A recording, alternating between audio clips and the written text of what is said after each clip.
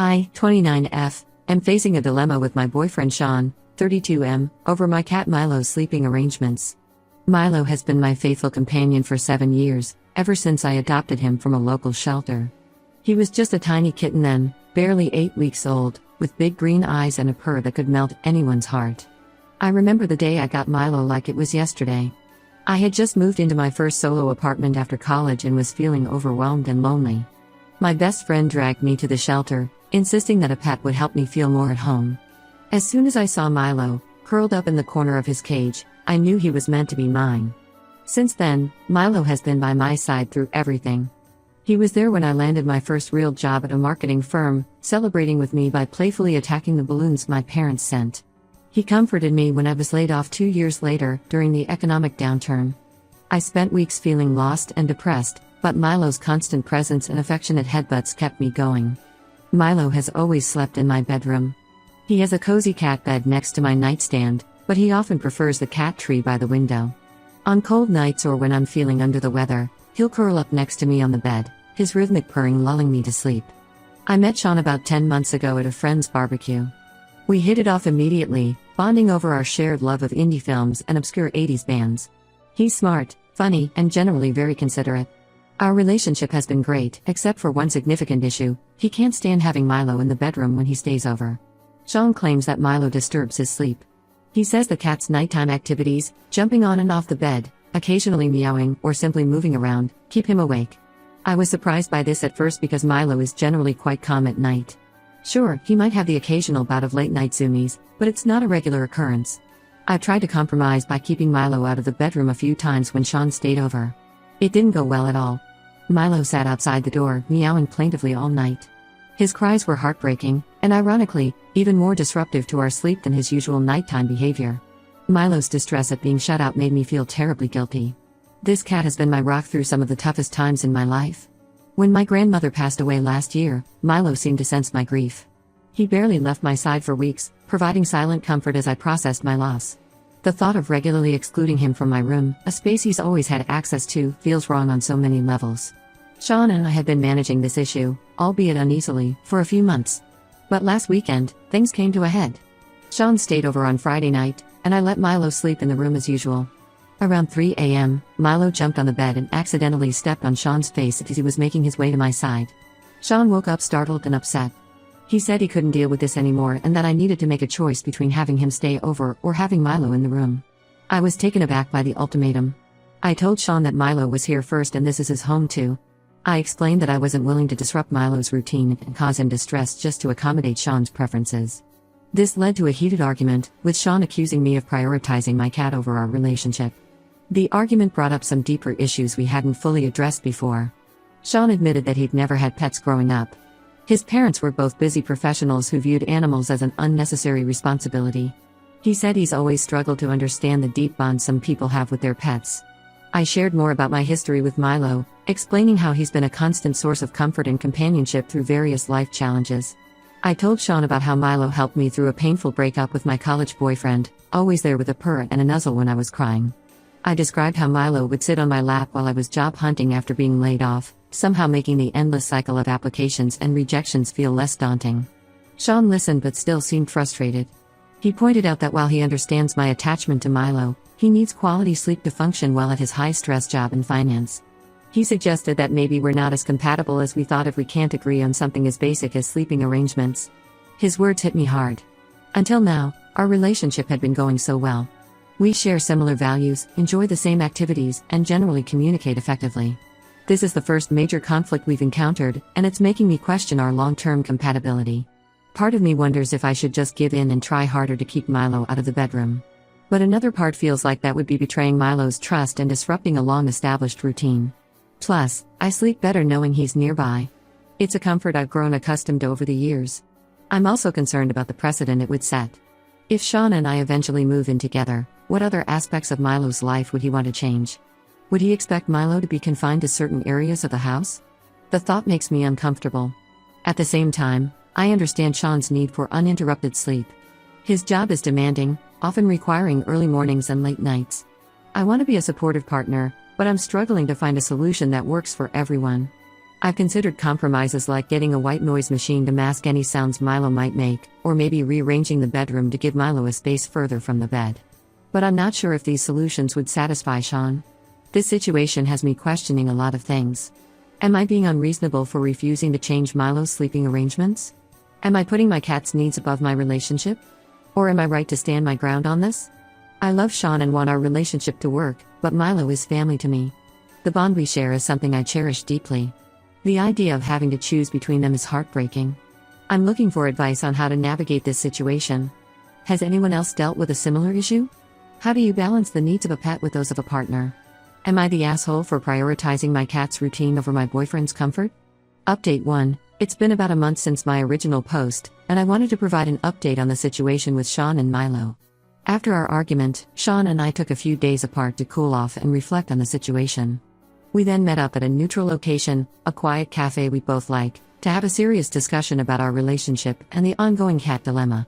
I started by sharing more stories about my history with Milo, trying to help Sean understand the depth of our bond. I told him about the time 2 years ago when I was going through a particularly stressful period at work. I was pulling long hours on a big project, often coming home well past midnight. No matter how late I returned, Milo would always be waiting by the door, ready to provide comfort and companionship. His presence helped me decompress and maintain my sanity during those challenging weeks. I also opened up about how Milo helped me cope with my anxiety. There have been nights when worries about work or family would keep me awake, my mind racing. On those nights, Milo seems to sense my distress. He'll curl up close to me, his steady purring acting as a natural calming mechanism. It's more effective than any meditation app I've tried. Sean listened attentively to these stories. He admitted that he had never really understood the depth of the human-animal bond before, having grown up in a pet-free household. He shared a bit about his own background, how his parents' focus on career advancement meant that pets were seen as an unnecessary distraction. In his family, success was measured by professional achievements, not personal relationships. This conversation helped us both gain a better understanding of each other's perspectives. Sean expressed that while he still struggled to fully relate to my bond with Milo, he could see how important it was to me. However, he reiterated his concerns about sleep quality, explaining how lack of sleep affects his performance at work and his overall mood. We spent some time brainstorming potential compromises. First, we agreed to try using a white noise machine in the bedroom to mask any small sounds Milo might make at night. We also decided to rearrange the room a bit, moving Milo's cat tree further from the bed to reduce the chances of him jumping on us during the night. Additionally, I committed to playing more with Milo in the evenings to tire him out before bedtime. Sean even suggested he could participate in these play sessions, both to bond with Milo and to help ensure a calmer night. For the past 3 weeks, we've been testing this new arrangement whenever Sean stays over, which is about 3 to 4 nights a week. The results have been mixed. On the positive side, the white noise machine has definitely helped muffle Milo's movements, and Sean says he's sleeping better overall. There have been several nights where Sean slept through Milo's nighttime activities without issue. Sean has also been making an effort to engage with Milo more. He's participated in a few play sessions, and last week he even bought Milo a new interactive toy. It's a small gesture, but it means a lot to me to see him trying. However, we've still had a couple of challenging nights. Last week, Milo got a case of the midnight zoomies and raced around the room, waking Sean up. Another night, he meowed persistently at 4 a.m. until I got up to feed him. I admit, this is a bad habit I've unintentionally reinforced over the years and need to work on. After each of these incidents, Sean was noticeably frustrated. He's been trying to be patient, but I can tell it's wearing on him. He made a comment the other day about looking forward to when we eventually move in together and can set some new rules. This remark made me uneasy, as I have no intention of significantly changing Milo's lifestyle if we cohabitate. I'm glad we're trying to work things out, but I'm still concerned about our long-term compatibility. Sean's comment about new rules makes me wonder if he's just tolerating the current situation in hopes that it will change later. I've been clear that Milo is a package deal with me, but I'm not sure he fully accepts that. Another issue that's come up is the frequency of our sleepovers. Sean has suggested that maybe we should spend more nights at his place, where Milo obviously wouldn't be an issue. While I understand his reasoning, the thought of spending significantly less time in my own home doesn't sit well with me. I worry about Milo feeling abandoned, and I miss him when I'm not there. On a more positive note, there have been a few mornings where I've woken up to find Sean absent-mindedly petting Milo. It's a small thing, but it gives me hope that maybe they can develop a bond over time. I'm cautiously optimistic but still unsure about the future. Am I naive to think this can work long term if Sean isn't a cat person? Should I be concerned about his comment regarding future rules? How do I balance my commitment to Milo with my desire to make this relationship work? Any advice on navigating this situation would be greatly appreciated. Has anyone else managed to bridge the gap between a pet lover and someone who's never had pets? Are there other compromises we haven't thought of? Update 2. It's been another month, and I wanted to provide another update on the ongoing situation with Sean, Milo, and our sleeping arrangements. Things have taken an unexpected turn. 2 weeks ago, Sean stayed over for a long weekend. On the second night, I woke up around 3 a.m. and was surprised to find Milo curled up on Sean's chest, purring contentedly. Even more surprising was that Sean, usually a light sleeper, was sound asleep and didn't seem bothered at all. In the morning, I cautiously brought it up, half expecting Sean to be upset. To my shock, he sheepishly admitted that he'd woken up briefly when Milo jumped on the bed, but decided to let him stay because he looked so peaceful. He said he actually found Milo's purring soothing and slept better than usual. This seemed like a breakthrough, and I allowed myself to feel hopeful. Over the next week, Milo continued to sleep on or near Sean when he stayed over. He seemed to have decided Sean was an acceptable sleeping buddy, and Sean appeared to be warming up to the idea. I started to think that maybe we had turned a corner. Sean even mentioned that he was getting used to Milo's presence and that it wasn't bothering him as much. We had a few really good nights where everyone slept peacefully, and I began to believe we had found a solution. However, just when I thought things were looking up, we hit another snag. Last weekend, Sean had an important work presentation on Monday morning. He stayed over Sunday night, and unfortunately, it was one of those nights where Milo was extra active. It started around midnight when Milo decided to play with his crinkly toy mouse, the one Sean had bought him, ironically. Then at 2 a.m., he meowed for food. I didn't get up, trying to break that habit, but it took him a while to settle down. Finally, at 5:30 a.m., Milo decided it was the perfect time for zoomies around the room. Sean was understandably upset in the morning. He said he barely slept and felt unprepared for his presentation. In his frustration, he made some harsh comments about Milo being a nightmare and how he couldn't imagine dealing with this long term. I felt terrible about his presentation but was also hurt by his words about Milo. We had a tense conversation where I reminded him that Milo's occasional nighttime antics are just part of living with a cat. I also pointed out that he'd been sleeping fine with Milo for the past week and that this was an unusually active night for him. Sean apologized for his harsh words but said he's still unsure about the whole situation. He suggested that maybe we should spend more nights at his place to balance things out. While I understand his perspective, the thought of spending significantly less time at my own home doesn't sit well with me. This incident has brought back all my previous concerns about our compatibility. I'm starting to wonder if the peaceful nights we had were just a temporary reprieve rather than a real solution. I'm also worried about the impact this is having on Milo.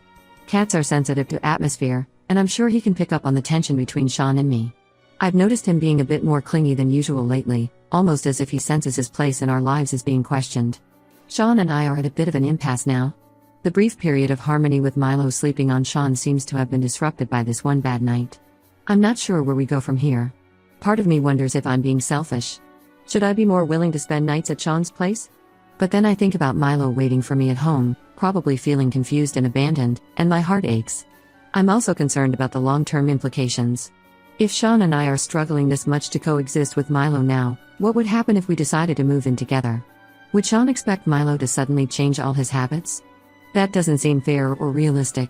At the same time, I care about Sean and value our relationship. When things are good between us, they're really good. We share so many interests and generally communicate well.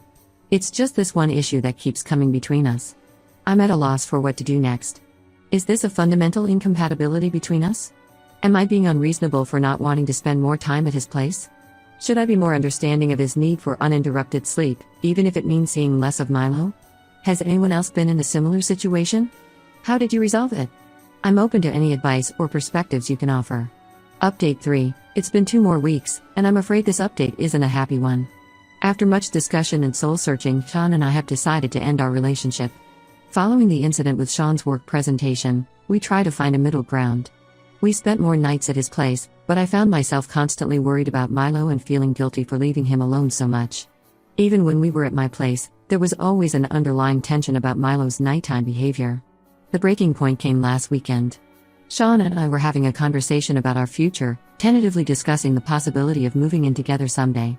That's when Sean suggested that when we eventually share a home, Milo should be trained to sleep in a separate room. He argued that it was a reasonable compromise for the sake of our relationship. This led to a long, emotional discussion where we both realized we had fundamentally different views on pet ownership and what we wanted our home life to look like. I explained again that Milo isn't just a pet to me, he's family. The idea of shutting him out of my bedroom every night or significantly changing his routine for someone else's comfort just doesn't align with my values. I tried to help Sean understand by sharing more stories about my bond with Milo. I told him about the time I was sick with the flu last year, barely able to get out of bed. Milo stayed by my side the entire time, only leaving to use his litter box. His presence was incredibly comforting during those miserable days. Sean listened patiently but admitted that he doesn't feel the same way about animals and doesn't think he ever will. He explained that in his ideal home, pets would have their place, but that place wouldn't be in the bedroom or on furniture. He wants a home environment that he can control and organize according to his preferences. We both realized that this wasn't just about where a cat sleeps, it's about our different life perspectives and priorities. I want a home where my pets are fully integrated family members, quirks and all. Sean wants a more structured environment with clearer boundaries between humans and pets. After a lot of soul-searching and tears on both sides, we decided that ending the relationship now would be better than trying to force a compatibility that just isn't there. It's painful, but I believe it's the right choice for both of us in the long run. The day after we made this decision, I found myself sitting on my couch, crying. Milo, sensing my distress, climbed into my lap and started purring. In that moment, I felt simultaneously heartbroken about the end of my relationship with Sean and incredibly grateful for Milo's unwavering companionship. I'm sad about the breakup, but I also feel a sense of relief. I no longer have to feel guilty about Milo's behavior or worry about future conflicts over his place in my life. This experience has reinforced for me how important Milo is to my happiness and well-being. Looking back, I can see that Sean and I tried our best to make things work. We both made efforts to compromise and understand each other's perspectives. But in the end, our fundamental values about pets and home life were just too different to reconcile. This experience has taught me a lot about my own values and what I need in a partner. In the future, I'll be sure to be upfront about Milo's role in my life from the very beginning of any new relationship. I realize now that for me, accepting Milo isn't just a nice to have in a partner, it's a must-have. For now, I'm taking some time to heal and focus on myself, and Milo, of course. I've signed us up for a cat agility class at the local pet store, which should be a fun bonding experience. I'm also thinking about volunteering at the shelter where I adopted Milo, as a way to give back and maybe help other cats find their forever homes. I'm grateful for all the advice and support I received here. Your comments helped me see the situation more clearly and gave me the courage to stand up for what I believe is right for me and Milo. To anyone else facing a similar dilemma, my advice would be to really listen to your heart. Pets are a lifelong commitment, and anyone you bring into your life needs to understand and respect that. Milo and I are going to be just fine. In fact, as I write this, he's curled up next to me on the couch, purring away. Life goes on, and with Milo by my side, I know I can face whatever comes next.